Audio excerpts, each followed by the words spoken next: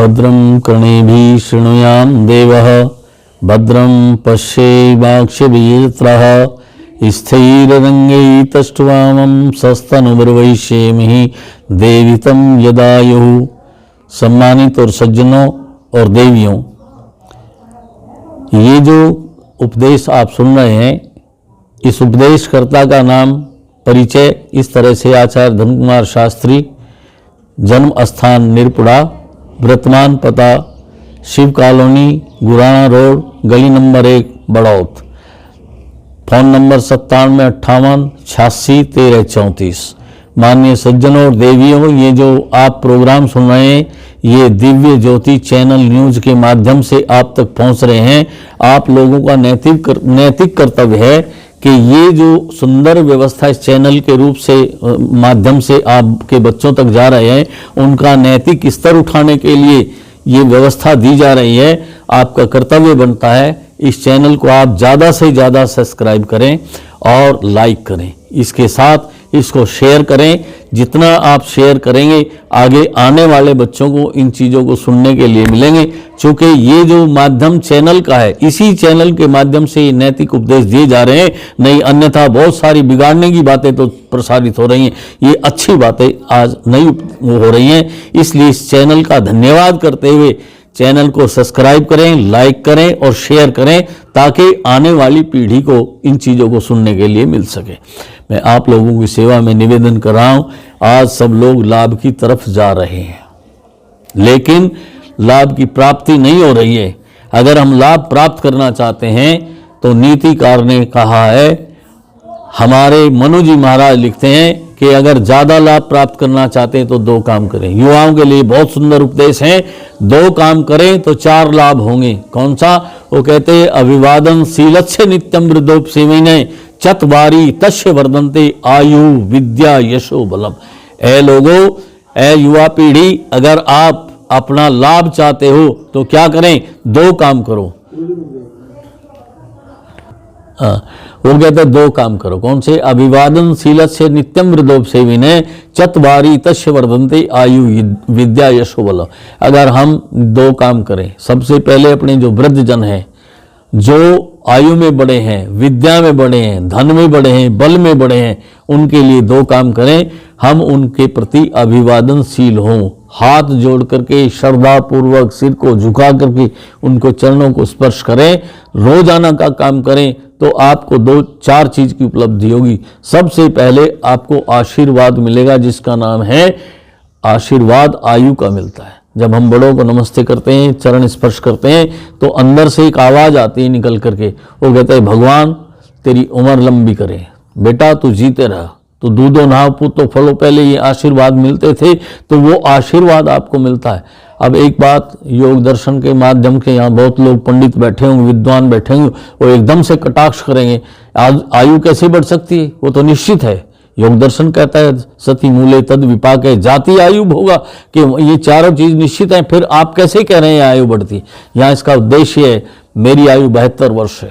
मेरे सामने जो बच्चा बैठा है, जो इस तरह का बहुत स्वाभाविक रूप से भक्त है, अभिवादनशील है, सदाचार शिष्टाचार को जानता है, वो मेरे साथ में वार्तालाप करता है, तो मेरे अनुभव 72 वर्ष के और उसके 16 वर्ष के दोनों की आयु का जोड़ अगर करते हैं तो वो 88 वर्ष बैठता है। तो इससे पता ही चलता है कि बच्चा छोटा सा है, 16 साल का है, लेकिन बड़ी बड़ी बातें जानता है। वो मेरे अनुभव को उसमें जोड़िएगा तो उसकी उम्र जो है 88 वर्ष के लगभग पहुंच जाती है। तो इसलिए हम अभिवादनशील बने, उनकी सेवा करें। दूसरी बात कहिए कि हम अगर विद्या प्राप्त करनी चाहते हैं तो हमारे पास में यही सूत्र है कि हम उनके प्रति अभिवादनशील हों और उनका उपसेवन का मतलब उनकी संगतिकरण करें। हम उनके पास में बैठे, उनके विचारों को सुने, उनके अनुभव को अपने जीवन में उतारें, तो हम जो हैं दूसरा एक बहुत बड़ा खजाने का वो पा सकते हैं चाबी, जिसका अर्थ है विद्या। विद्या, जिन गुरुओं के प्रति हम आदर सम्मान का भाव रखते हैं, तो वो सारी अपनी विद्या को अपने शिष्य के भर भर देते हैं। गुरु बिरजानंद और स्वामी दयानंद का बहुत छोटा सा समय 3 वर्षों के अंदर इतनी श्रद्धा भाव से अपने आचार्य का सम्मान करते रहे और उनके प्रति विनम्र भाव रहे तो दयानंद को 3 वर्षों में स्वामी विरजानंद ने सारी अपनी विद्याएं दे करके समाज का उत्थान करने के लिए निकाल दिया। इसलिए दूसरा सूत्र हमारा ये है कि दूसरा खजाना अगर हम पाना चाहते हैं तो हम अभिवादनशील बने, वृद्धों के सेवक बने और उनकी संगति कण करें तो हमारा लाभ होगा। तीसरा, अगर अनमोल रत्न हमें पाना है तो आयु, विद्या, यश, अगर यश प्राप्त करना है तो भी हमारे पास में ये सूत्र है कि हम अपने उनके प्रति आदर, उसका सम्मान का भाव रखें।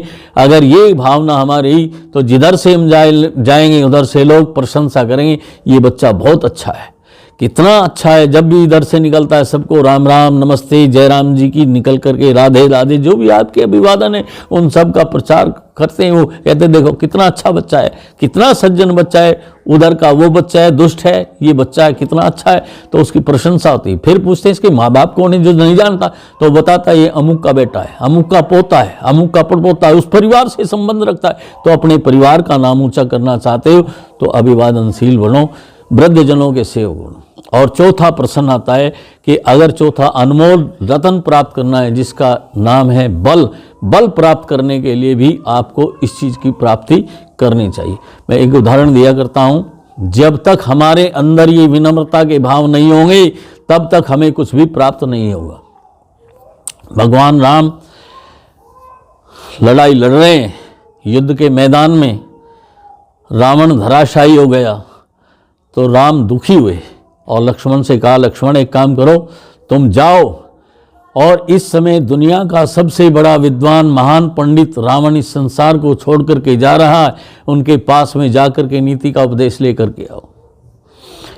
उसने कहा महाराज दुश्मन है हमारा। उसने कहा वो छोड़ दो, विद्वान है, महान विद्वान है, उनके जीवन का जो निचोड़ है वो हमारे पास में राजनीति का आना चाहिए, नीतिक ज्ञान से लेकर के आओ।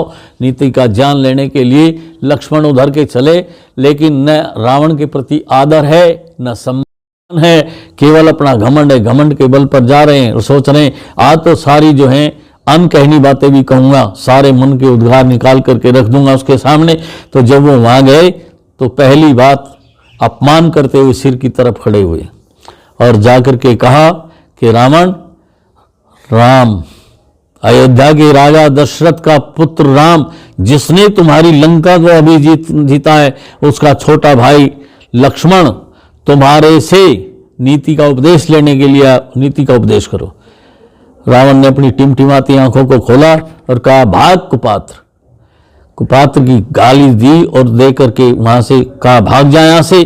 तो रावण की ये बात सुनकर लक्ष्मण रोते हुए राम की तरफ आए और राम ने जब पूछा क्या नीति का उपदेश लाए तो हिड़की बन गई और कहने लगे भैया उपदेश तो मिला नहीं, लेकिन कुपात्र की गाली मिली है। राम सोचने लगे ऐसा हो ही नहीं सकता। तो उसने अपने भाई को समझा। मैं उपदेश में कहा करता हूँ कि हमारी गांव की कहावत है, अपने बछड़ू के सब दांत जानते हैं। राम अपने भाई की कमी को खोजने लगे। ऐसा हो ही नहीं सकता कि रावण कुपात्र की गाली दे, नीति का उपदेश जरूर मिलता, लेकिन कहीं ना कहीं मेरे भाई की गलतियां आ रही हैं। वो कहने समझ गए हो कि इसके अंदर घमंड था, इसने अपमान जरूर किया हुआ। उन्होंने सबसे पहले पूछा ये बताओ कहाँ खड़े थे। उसने कहा सिर की तरफ। राम ने कहा गलती नंबर 1, हमारे यहाँ तो हमेशा बड़ों के चरणों में बैठा जाता है, बड़ों का चरणों की तरफ इशारा होता है और तुम सिर की तरफ गए, अपमान किया, इसलिए पहली गलती है तुम्हारी, कुपात्र को गाली ठीक दी है। दूसरे फिर पूछा आपने अभिवादन किया था। उसने कहा नहीं। जब अभिवादन नहीं किया तो दूसरी गलती आपकी होगी। तीसरी पूछा आपने कहा क्या था, तो उसने वे शब्द सुनाए। राम कहने लगे लक्ष्मण तुम्हारे अंदर बड़ों का सम्मान करने का भाव नहीं था, इसलिए तुम्हें कुपात्र की गाली ठीक मिली है। जाओ अब की बार इस आचरण का आप आचरण करना, इन सदाचार की इन बातों का वो करना पालन, तुम्हें निश्चित उपदेश मिलेगा। जाकर के सबसे पहले हाथ जोड़ना, सिर को झुकाना, चरणों को स्पर्श करना, फिर जो अपना वही परिचय दे करके आप बात करना, तो निश्चित रूप से आपको उपदेश मिलेगा। लक्ष्मण गए, जाकर के पैरों की तरफ खड़े हुए, हाथ जोड़े, गर्दन झुकाई, चरणों को स्पर्श किया और फिर वही शब्द कहे कि राजा दशरथ के पुत्र राम का छोटा भाई लक्ष्मण, जिन्होंने तुम्हारी लंका को अभी जीता है, उनका छोटा भाई लक्ष्मण नीति का उपदेश कर लेने के लिए आया। महान पंडित विद्वान रावण, मुझे नीति का उपदेश करो। रावण ने टिमटिमाती आंखों को खोल करके कहा, लक्ष्मण इस समय मेरे पास ज़्यादा समय नहीं बचा है कि मैं तुम्हें नीति का उपदेश करूं, पर मेरे जीवन का जो अनुभव है वो तुम्हें बता करके जा रहा हूं। अच्छे काम को जितना जल्दी हो उतना जल्दी कर देना चाहिए और बुरे काम को जितना हो टालते रहना चाहिए। मेरे जीवन के 2 लक्ष्य थे। पहला लक्ष्य था, मेरा उद्देश्य था कि मैं अग्नि में धुआं नहीं छोड़ूंगा, समुद्र में दूध पैदा कर दूंगा, अग्नि में धुआं नहीं होगा। बहुत सारे मेरे पिता के सामने पुत्र को नहीं मरने दूंगा, ये योजनाएं थी, लेकिन ये आजकल करते हुए टालता रहा और तुम्हारी भाभी को उठा करके लाने का दुष्कर्म बहुत जल्दी कर डाला। इसका ये दुष्परिणाम मेरे सामने है कि 1.25 लाख रिश्ते नाते के सब लोग होने के बाद भी आज मेरा कोई अंतिम संस्कार करने वाला नहीं बचा है। इसलिए आज मुझे लग रहा है कि रामा दल के लोग ही मेरा अंतिम संस्कार करेंगे।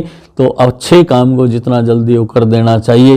मेरी सारी योजनाएं धरी की धरी रह गई, इसलिए अच्छे काम की योजना तो उपदेश में कहा करता हूँ।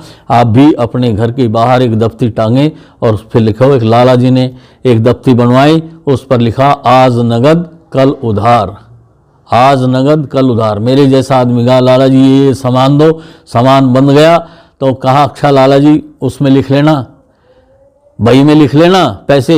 उसने कहा पहले बाहर दफ्ती पढ़ी, उसमें लिखा था आज नगद कल उधार। तो आज पैसे देने पड़े, कल फिर सामान लेने के लिए सामान बनवाया, उन्होंने कहा दफ्ती पढ़ो, तो दफ्ती को रोज पढ़ता रहा, आज नगद कल उधार। कल आया नहीं और उधार मिला नहीं, इसलिए अच्छे काम को जल्दी कर देना चाहिए। तो अगर अपने जीवन को बहुत महान बनाना चाहते हो तो हमें जो है इन चीज़ों को अपनाना चाहिए। 2 काम करने से 4 लाभ होंगे, आयु, विद्या, यश और बल की प्राप्ति होगी। ये सूत्र हैं, जीवन में उतारो। बच्चों को अगर ये नैतिक शिक्षा हम देंगे तो हमारे बच्चे बहुत ऊंचाइयों को प्राप्त कर सकते हैं। बहुत सारी बातें आप लोगों के सामने समय समय पर प्रसारित की जाएगी।